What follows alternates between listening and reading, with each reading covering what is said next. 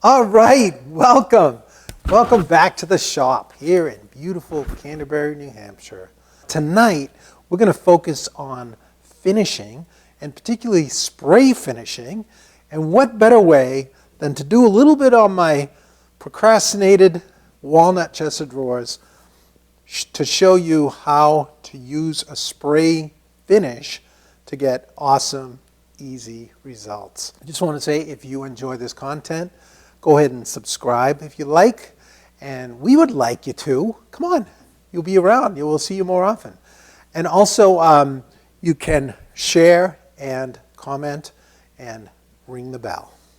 I know I've talked about finishing before, and I know some of you who've hung around a while have seen me finish here and there, but I thought I would just concentrate on one night. Just make the main focus spraying finishes and some of the issues and how to get started, and really demystify it so that it's much simpler, and you'll find how easy and satisfying and fun it is to get a spray finish on a piece of furniture. Now, the material that I'm going to use will be shellac for tonight. It's what I primarily spray, especially on pieces that are meant to have a fine finish. And what's crazy is how easy that is to spray. So I'm going to talk about the spray gun in a minute, but before we do, there's a little touch-up I need to do. Now, one of you guys, who was that who noticed last week, those little white dots? Someone noticed, right? Oh, yes, I forget. I'm sorry. Some eagle eye noticed that when I was working on the drawers, there were these little white dots on the side, and said, hey, what are those? And that was a great find. But that's where I nailed on this beading. It is applied after, and this end piece gets fitted on, and it's just tacked on. Now that I have my pin nailer, next time that's what I'm going to do. I'm going to get that on there and pin nail, and it will be a very minor hole, much easier to cover. But the filler that I used was obviously not the darkest, and that's okay, because we're going to fix that right now, and we're going to touch it up with a little bit of color. I'm going to show you a couple methods that I've used a lot. This actually has no finish on it yet. Notice that nice hard maple drawer runner. I did get them all on. Look, here's my bottom drawer. So look, we're flying on this. Can you see that? They all have, and they're all fitted nicely. So they're ready for finish. Now, I want to touch these up, and there's a couple different methods that I commonly use. One is just really simple, using an artist brush and some alcohol-soluble pigment and some alcohol to dissolve it into. So I'm going to show you just a little mix here.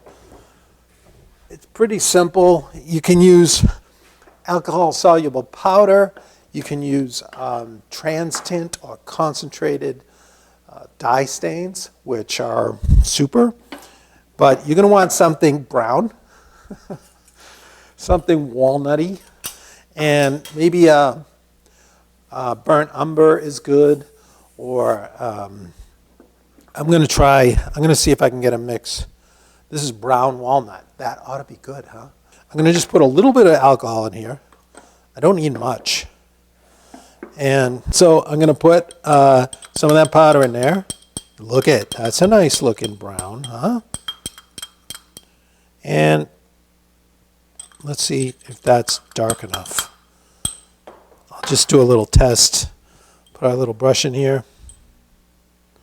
What's great about using the alcohol is it dries so fast you can go right on with it.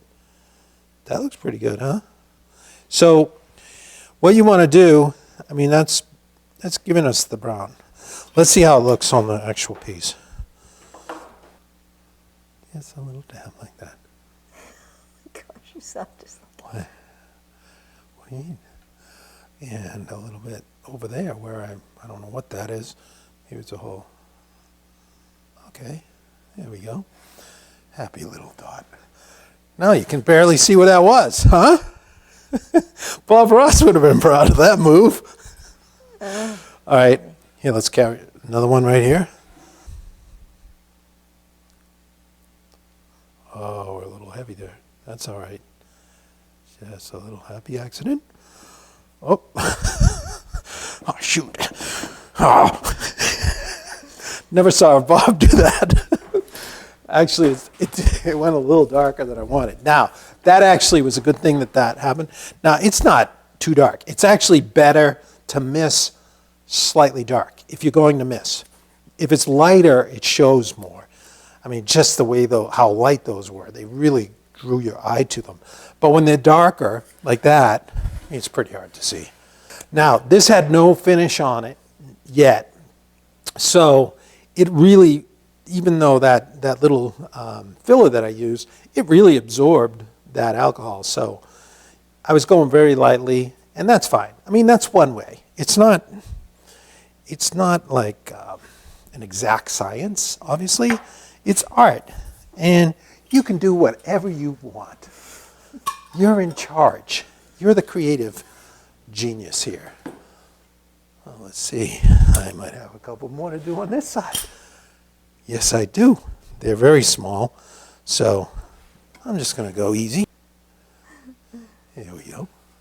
Another way you can fill these is after finish. You can use a wax crayon.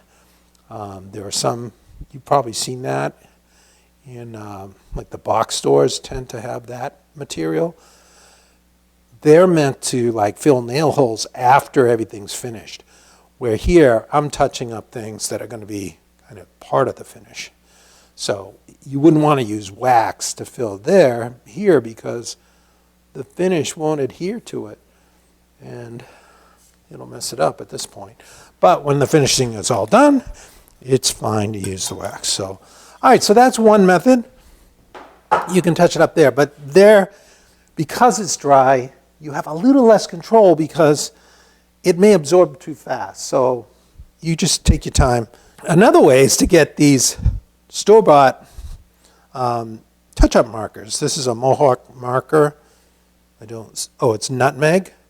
And that's kind of a good color for a lot of things. So if you're going to get a Mohawk marking, let's go over here. I'm going to put this into the cabinet so that we can see it.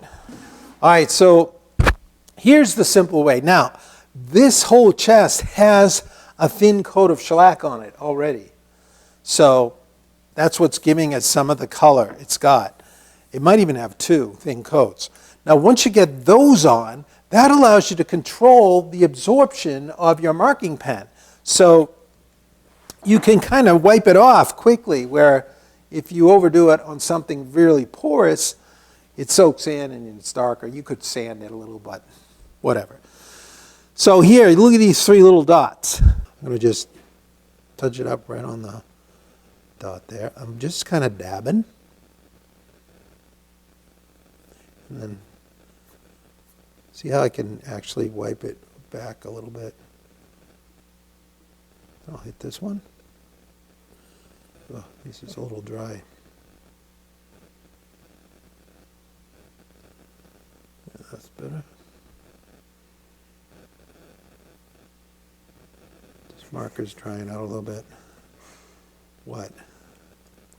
You getting comments? Just thinking of the people on the other side and what they're watching. All right, check that out. Huh? How many dots do you see now? All right, so come on down here. Look, while we're going, isn't that nice? I mean, that disappears. Then here I've got this dark. I could actually put some of that dark brown in here. Let's do that. I think that might be better. Let me see how this color works. This might be too light on. This is that brown we just mixed up. That's not too bad. See how yeah, that looks good. It's kind of, it's easier to control without the shellac, with the shellac on there. Now that's kind of light, so I'm going to go with the other marker for that. All right, let's go back to the other marker here. But this is the preparation you got to do before you can spray. So well, this is the one I wanted to hit with the, this one has a little more black in it. So, or it's a darker.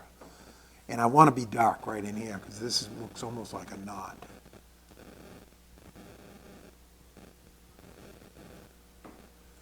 So once I do this touch up, what's nice is when the finish goes on, it gets frozen in there. It's captured inside the next layer. So it won't be on top. It'll be nearly invisible. It becomes part of the wood. There you go. Man, I really do feel like Bob tonight. And I think he's a little faster than me. And a little dot right there. Okay. How's that looking? See, I like that because it looks like a knot. Like when you do have a knot looking thing like this one here, see how dark it is right around there? It's really dark. So it's okay to go really dark here because it's going to look like a knot when you're done.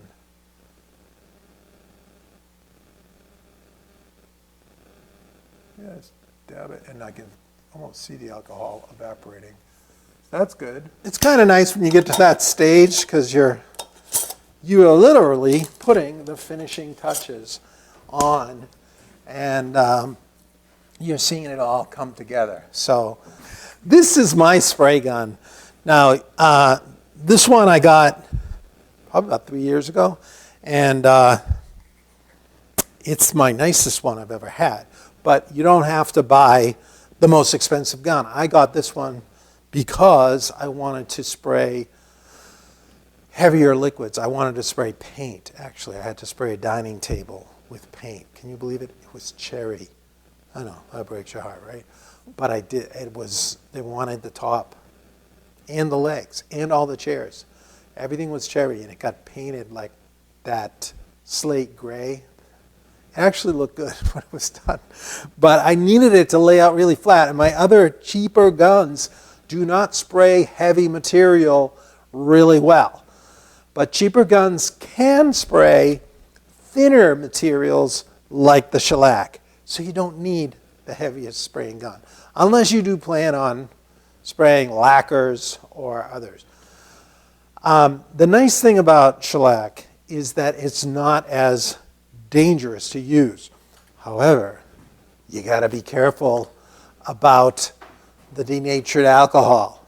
I learned this, gosh, I can't remember his name, but you know who you are. Thank you for that tip. I did not know that denatured alcohol, it used to be primarily alcohol, and the denaturing is a methanol additive, which is a poisonous form of alcohol, and they only need to add up to like 5% to denature it and make it poisonous, so someone couldn't drink it. And I don't know if they did that during Prohibition or if it was after, but anyway, that little bit of methanol is not really that much of a problem. It's still, you want to spray this with ventilation, but it's not as dangerous as other. You should do it with open windows, or you can have a cross breeze, or you could have a fan in the window, or you can do it outside. Open your garage door or whatever. It's really nice. And you're not spraying it with a lot of air pressure. So it's not going everywhere. Like, you're not going to be creating this massive vapor cloud. So that's the other reason it's safe. But what I've learned is that if you get the standard blue cans these days, like in this material clean strip, it can have up to 50% methanol. It can be up to 50% the poisonous version additive, which is just ridiculous. I mean, it burns well. That's why it's used a lot for camp fuel and all that. But it's not apparently as good of a solvent for shellac. So what you want to look for are the green labels. That has a much higher alcohol content. You've got about almost, usually right around 90% alcohol. Then you have about the 5% methanol and then some other additives, partly water. And then you have some other type dryers or something in there. So that's it. So go for the green when it comes to denatured alcohol. I know some products don't work as well if they're the green label, and you gotta, like I think paint thinner's that way. It's not quite the same.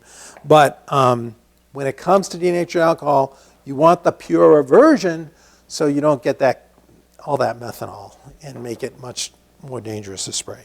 All right. So I've got the alcohol here, and I'm going to show you how we spray it here in a minute. Why don't I just, we'll talk about the gun first. Then I'll mix up some shellac and we'll spray a little, okay? So the gun, this is a HVLP version of the gun with a gravity feed. All that means is the liquid is above and the gravity just forces it down to come out the nozzle. So when I pull the trigger part way, you would just get air. But when you pull it that last bit, let me see it here. See that? You get a stream, a fountainous stream. The liquid comes out on the second pull. I'll show you more about that later. So the gravity is, and the liquid's coming down, and you just pull it, and it comes out. Now, you may have seen spray guns where the pot is below the sprayer. In that case, you'd see a secondary little plastic hose curling and going down into the pot because the air pressure got fed into the pot and pushed it up to the nozzle. I've had that kind of gun, and it has more problems. It tends to clog more commonly because of the way that has to get forced up. This is great because it gravity feeds through, and then when you clean the gun, you put your solvent cleaner in the top, and it's right there. It's cleaning it. It's sitting right on top of your main parts you want to keep from gumming up. All right, so we've got our gravity feed here, and then we have, I'm going to have to put some air pressure on it to show you this. All I did was bring the hose up from the basement. This is not my usual spraying location. We have a finishing area in the basement. So I've got two hoses connected together, and they only get this far. So I'm going to show you from right here. All right. So here's that example again. Now, see, I'm just pulling a little bit, and I'm hitting resistance. And right there, I'm getting air, but no liquid. When it's that second pull, I get the liquid, okay? Now let me show you what's happening here. That little hole in the middle, that's where the liquid's coming out, and there's a pin in there. And you can get different sized nozzles which allow heavier material to flow. For something like shellac, a 1.3 millimeter is really good. It's one on the smaller side. You could go even smaller, but that's a good size. If you're going to be spraying paints, you're going to want something heavier. They go up, you might want to use a 1.5 or 1.8, but there'll be recommendations if you get into that. That's more complicated. But what I want you to see is you've got that nozzle. I don't know, can you see those little holes on each side? There's two right on each side of that center. Yep. Okay? So air is coming out of those, and then air is getting blown out. There's two holes on this side and two holes over here. Now that is all carefully calibrated and directed to attack the stream with air and just pulverize it or atomize it. So the liquid, that stream, suddenly becomes a vapor mist just because of that air hitting it. So if I pull this trigger a little bit, I can feel these different columns. When I move it around, I feel all these little columns of air hitting my finger. But once that liquid comes out, boom, it gets atomized and sprays into a nice cloud. That's what allows you to spray that nice even layer. So what I'm going to, this one nice thing about shellac is it's HVLP, this gun. It's high volume, low pressure. So you don't need a lot of pressure to push a lot of volume. You can get a high volume with low pressure.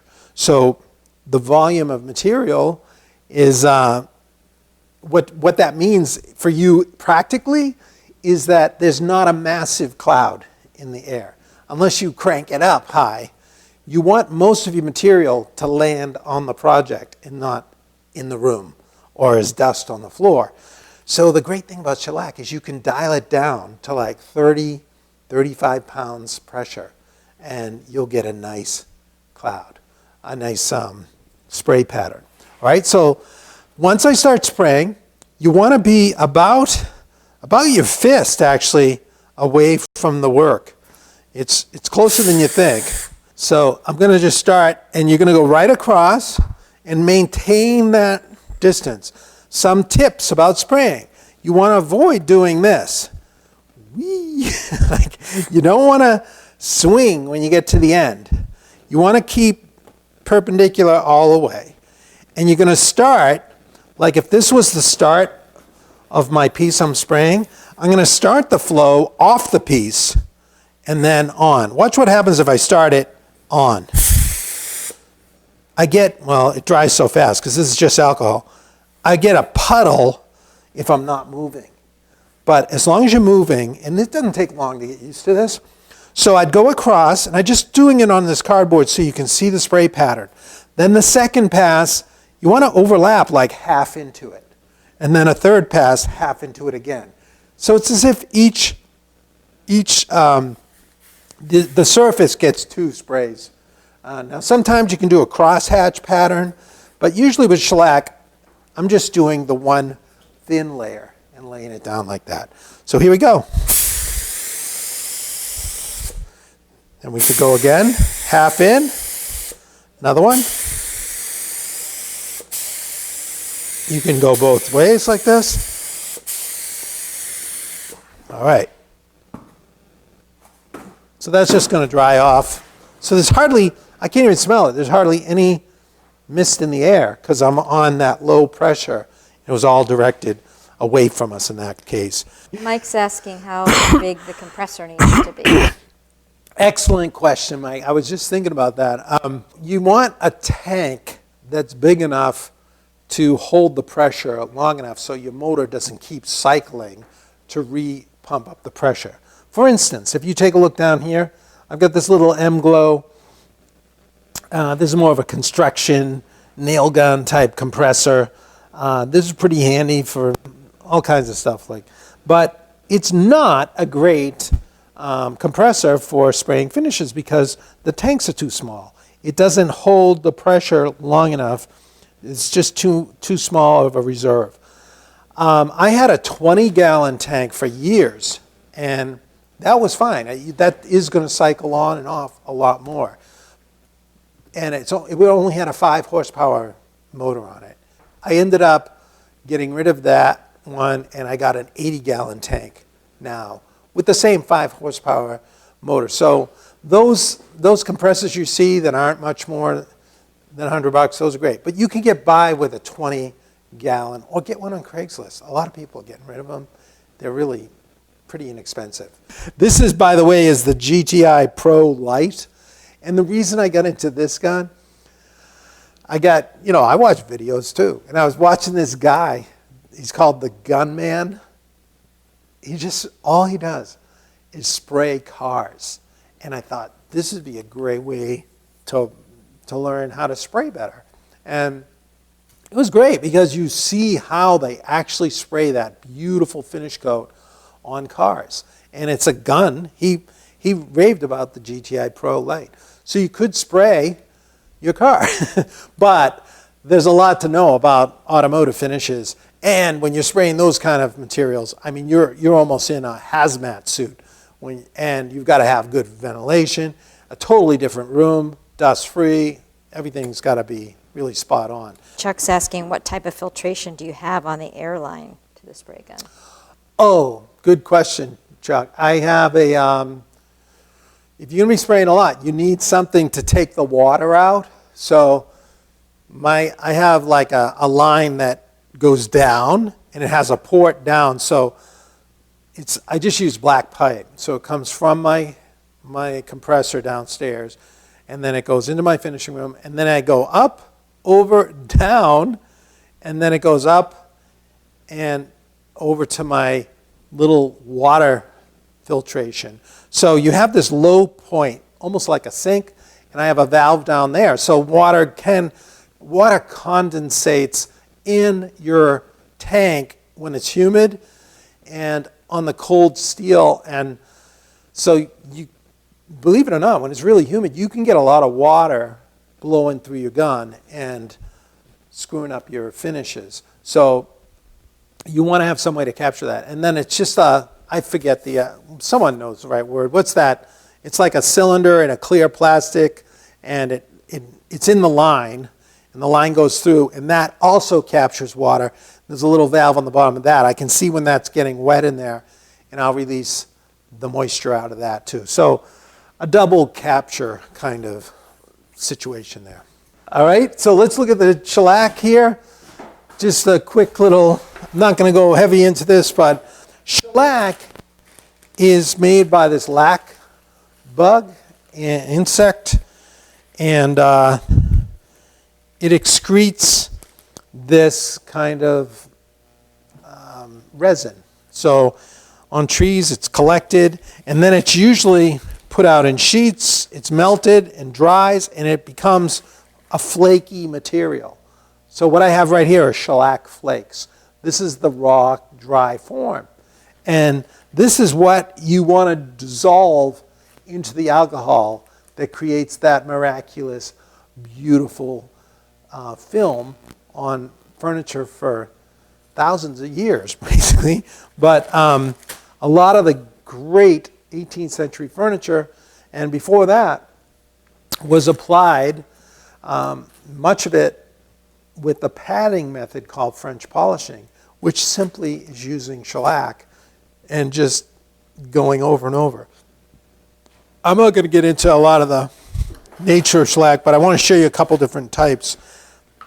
This, I got turned on to this company, not a while ago, but I've been talking to this guy, Dale, some of you heard me mention, at Wood Finishing Enterprises in Wauwatosa, Wisconsin. From Wauwatosa comes this beautiful, he has the largest variety of shellacs I've seen. I thought there was just the dark stuff, which is often called garnet, orange. Orange is the amber also, and then the clear or the blonde, the light-colored shellacs. And typically, well, I'll talk more about the bottled stuff in a minute, but this is called number 1 orange lemon shellac. Check out these flakes. That really is lemony. Check this one out. This I got from my friend Mark Adams, the finisher, and he called this honey. But this is more of a garnet. Look at the color of that. That's got, it's like a dark orange, brown. But that looks awesome. It gives you a really nice antique color. I don't know where you can get that. He just gave me that bag a few years ago. It stays a long time on a shelf when it's in the dry flakes. The bummer is, once you mix it into a liquid with the alcohol, it has a shelf life of about a year. Maybe a little longer. You just got to keep it in a cool or dry place. If it gets hot, even the flakes, if they get near, one time I had 2 near a wood stove, and they start to harden up, which kind of kills them. So you can mix up your own shellac like that by dissolving it in alcohol. And just quickly, the measurement. If you take a pound of this stuff, like what is this? This is a pound. Wow. It really feels light, but this is that high, and they're fluffy kind of flakes. See them in there? That's a pound. That would dissolve pretty fast because those flakes are so thin. If you mix this with 1 gallon of denatured alcohol, you would have a 1 pound cut. So 1 pound into 1 gallon is a 1 pound cut. That's just describing how thick it is. If you put 3 pounds into 1 gallon, you have a 3 pound cut. So believe it or not, these store brands, these Zinsser Shellac, which you've seen a lot, you've probably seen them on box stores and whatever, they've changed the labels. It used to be Bullseye Shellac. Then they made the Bullseye smaller. Now it's Zinsser Company, and they were bought out by Rust-Oleum not long ago. So, but still sold as Zinsser Shellac. And these, like this is a quart, but it's a 3 pound cut. So you don't want to use it at that heavy of a consistency, but that's pretty nice to know you've got 3 pounds of shellac to 1 gallon of alcohol ratio in this. So this is the orange. It's somewhere between these two. It's a nice amber color. And then here's the clear, which is a lighter flake. Is this one? Oh, here's the dewaxed. This is dewaxed orange. Let's check that out. Wow, check that. See, so now we're seeing the real orange. And this is more of a lemon orange.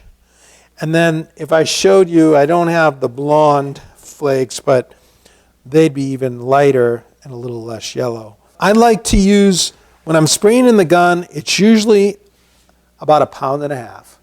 1.5 pounds, the later coats, you can go up to 2 pounds max. But right in that zone, 1.5 pounds for the early coats, it sprays really nice. It's thin enough, it goes on nice, you're getting a good layer on. It's considered a 1 pound cut is often referred to as a wash coat. It's a very thin coat, but it offers a barrier and kind of like sizing, like that, what do they call that? Wood prep, whatever, before you put another finish on so it doesn't dissolve heavy in. So, if you have blotchy wood or you want to seal the wood a little bit and control how it goes on, you want to use a wash coat or finish. All right, so let's just mix up a quick little bit. I'm not going to use the flakes, but the shellac, this is the 3 pound cut. I meant to have a stirring stick, but so this is usually pretty good, but look how orange that is. So you want to stir it because it actually has a wax component in it naturally from the curing and the bug. There's a waxy bit in there, almost like honeybees have a little wax in their hives. This is a little waxy. Now, it can be de-waxed, and that's pretty important if you want to apply other types of finishes over the top. You want to use the de-waxed type. So this amber shellac is not de-waxed, and neither is the clear. These still have the wax in them. It's not a lot, but it's enough to upset the adherence of top coats of like polyurethane or some types of varnishes and things like that. However, this version of the same company's Zinsser is Seal Coat. They go by that name. And it's a blonde type shellac. It's a little lighter than even the clear. And it's de-waxed. So, see, 100% wax free. So this works great as a sealer underneath a lot of different things. Now, this I use to spray the inside of, I'll use the clear, either the clear or the seal coat. I prefer actually the clear, thinned down to 1 to 1.5 pound cut to spray the inside of the case, the runners, the drawer sides. But I'm going to mix a little amber because I want to put a little bit on just the drawer fronts, the top 2 drawers on the fronts, just to show you how it warms it up. And we'll mix about 1.5 pounds cut. I'll just take a little cup here. Just one a little bit. Okay, so there, I've got about halfway there. So that's 3. If I cut that in half, or not quite half, this is, like I could measure this, but you really don't even have to measure. It's more of an eyeball. You want to be in the range of a 1.5 pound cut. So I'll go up just about that line. A little bit above. Okay, so that's probably there, maybe a touch. I bet you that is right about. But that thins it up quite a bit, and man, it's a nice finish. All right, so I'm gonna get that into the gun, and we'll spray some drawer fronts. And now the amber, you want to be. I'll use it on walnut because walnut is kind of a cold wood. It has a purplish hue to it. This already has a little on, but can you still see it? Can you see it? Like there's a kind of a purplish to it. This is warmed up somewhat, but that tint or that warm kind of cast, that golden cast, is considered that warming coloration, which will soften the coldness of that purple color. But you don't want to overdo it. So you gotta kind of go. I will switch over to the regular clear once I've gotten the color I want. So let's just put this in here. Is the seal coat 3 pounds also? No, good question. The seal coat is tricky. It's a 2 pound cut. So I actually thought they were cutting the recipe on these, but I called the people at Zinsser. I said, because they stopped, they used to write right on there, 3 pound cut. You can't find it written on there anywhere anymore. And so I had my suspicions, but they assured me it's still a 3 pound cut, these two. But this is 2. So when you're cutting this, you got to remember that because you're going to reduce the amount you go there. All right. Let me just say before I spray this, talk really quick about what I did on the inside here. I sprayed in here with the seal coat, but like I said, you could also use the clear. I prefer the clear actually, but I don't have any right now. But once you do that, you can spray a couple light coats, and then you're going to lightly sand it with like 320 like this. And this, I don't know if you can see it, but it's powdering up a little bit. You're getting a little white. And that's what gets really good about shellac is it has this quality to it that it'll powder up and it gets super slick. So you just want to get the bumpiness down so everything gets smooth. Now I also sprayed just the outside of this drawer. So I'm just going to hit that.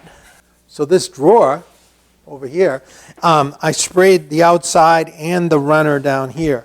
Now I would spray all the poplar in here. I never spray the white wood with amber, with the yellow, the orange.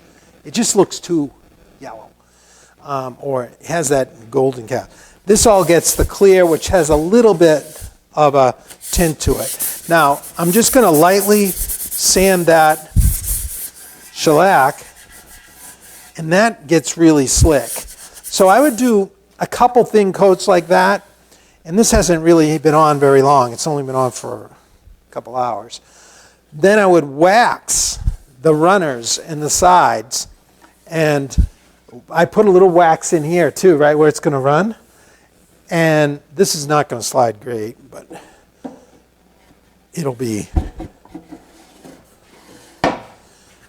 it's pretty nice. I don't have enough shellac quite yet, and I don't have the wax on it. But this is a drawer down here. Check this out. This is one of those, look at this. this is finished and waxed. And that's how nicely a wood-to-wood drawer can run. This is all pine, like white pine, with a cherry front. But that's that nice traditional look. And see how effortless those are. So these will be sliding like that. But are those drawer sides poplar that you have? yeah, these are poplar. This was white pine. But so I'm going to just spray these fronts. But check this out. When I laid the grain out, notice how the top two drawers have the grain. It was just an arcing kind of grain I had for that one board. And I thought this would be nice, actually, right across the top. So we get this kind of arching visual in the cabinet. I don't think I mentioned that last week. And usually I number the drawers. I'll put a 1 and a 2 if you have two of the same kind. And I count left to right. But this case, I didn't even number them because I knew I would never mix it up. You want to try to have that grain appear to continue, and having a little arc on this even added to that effect. All right, so I'm going to take them out because we have to get closer to the spray. I'm just going to blow off any dust. That's the other thing. This is pretty forgiving for dust. It's not like an oil varnish that needs to sit and bugs can get in. It dries so fast that you don't have that same problem. And you're going to lightly sand anyway. This is a little awkward because I usually set it down, but I'm going to hold it so you can see it. And I'm just going to make a couple passes. I won't go, well, maybe I can go across the top a little bit. Okay, so I'm getting liquid now. I'll just go right here. Here we go, right across.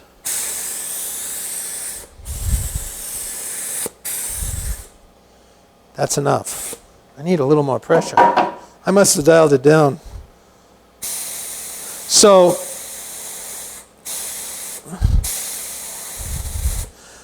I was looking at the droplets. Now they've leveled out nicely, but I could see some little droplets on there. So, I mean, really small. I was losing some of the atomization, so I just turned it up a touch. All right, so here we go on this one. Same thing. That looks better. I'm going to overlap, and then third one. Can you see that in the light? Yep. So watch as it dries.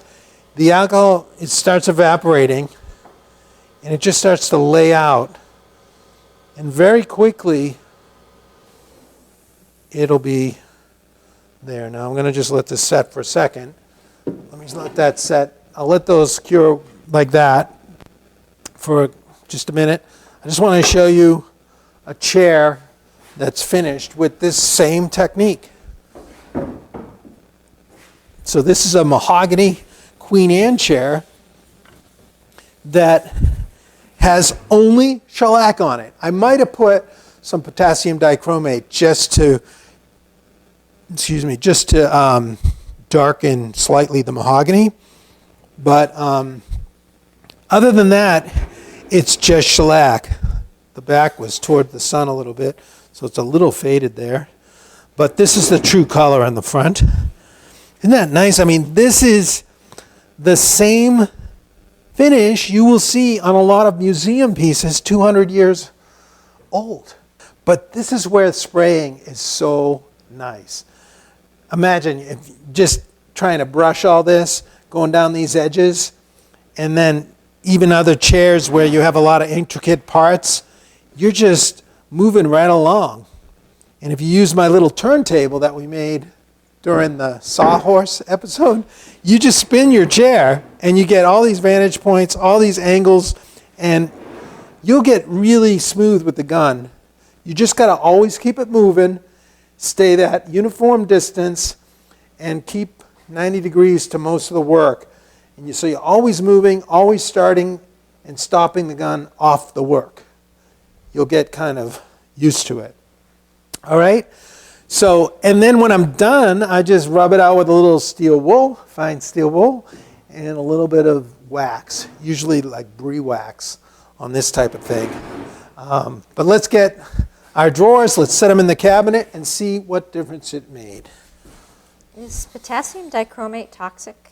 Yes, it is. Like most good finishes. I'm just setting in the drawer. Now look how it's just getting richer. I don't know if you can pick that up. Yeah, so that amber tint is warming it up. So I'll go over the entire thing with that. I might do maybe one more thin coat, and then I'll go to one more coat, and then by the time I rub it out, it'll be right there with the amber. Now the top of the chest, this is a follow-up on that other question about Shellac's durability. I don't leave that just shellac because this chest is going to be this high. And there is likelihood someday you'll set a glass on there. And water will certainly create water rings, those white circular little circles. Or alcohol, if it gets splashed on there, even a small amount left on there, will dissolve into the finish. So you want to have top coat your shellac with lacquer, or which you can get in a spray can. That's what I mentioned, I think last time, that Pug used to spray Deft lacquer in a can, and it was just on the top of a chest like this. So you don't have to go over the whole thing. Like the rest of it, leave the shellac. It's beautiful. But the top, you want that added durability. If you use wax-free shellac on the top as your last coat, you could put on Waterlox or some other varnish that you like as your protective layer on top of the shellac. How long do you wait for the shellac to cure before you sand? Oh, good question. If you really want it to rub out well, like I've used this clear, this rubs out better than the seal coat. So if you want a clear finish and it's going to be seen, use this. It's something about the blend or the, maybe it's the wax in it, but I think it's something else. It just powders up and it takes a final rub out really nice.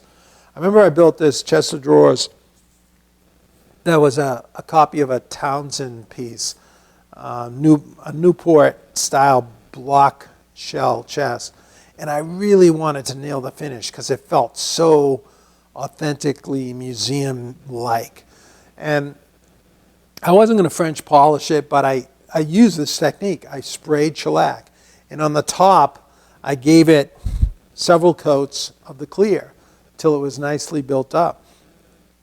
I let it cure for at least a week, maybe 2 weeks. The longer you wait, the more evenly it will rub out. So I took steel wool and I unwrapped it. I'll explain this another time. But just to say, one of the concerns you have with steel wool is that you'll get streakiness. So when the light hits it, you're basically putting a scratch pattern in it.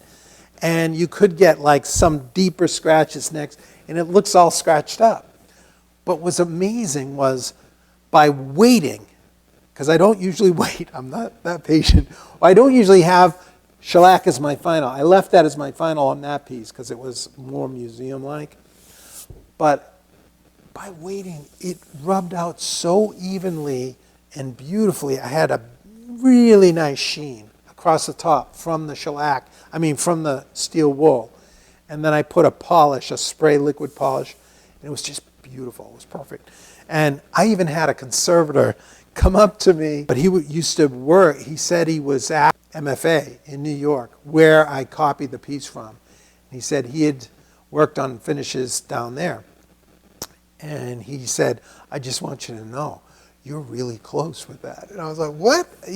So that was amazing because he was talking about shellac. And that's what they applied back then to many of the pieces. So it's all in the waiting game, really, to get that final rub out, if you want to wait that long. But typically, on chairs and things, I'll wait a couple days. Steel wool, you can feel it powdering up, and then you can steel wool it and wax when you put the wax on, because you have surfaces all which way. its scratching issue isn't a problem. That was only an issue on that main final surface. Man, I'm enjoying this. It's really nice to savor a project for 12 years because you enjoy it for so long. But this is going to be great to get finished up and in the house and actually using it and starting to wear very slowly those runners. But again, if you like this content, go ahead and subscribe and send us a comment and ring the bell and all definitely that. thumbs up. Thumbs up. And likes. Yeah, we always like the likes. All right, hey, thank you so much for being a part of this. We could not do it without you. We love having you as a guest here in the shop. I'll see you next Thursday right back here on Shop Night Live. Good night.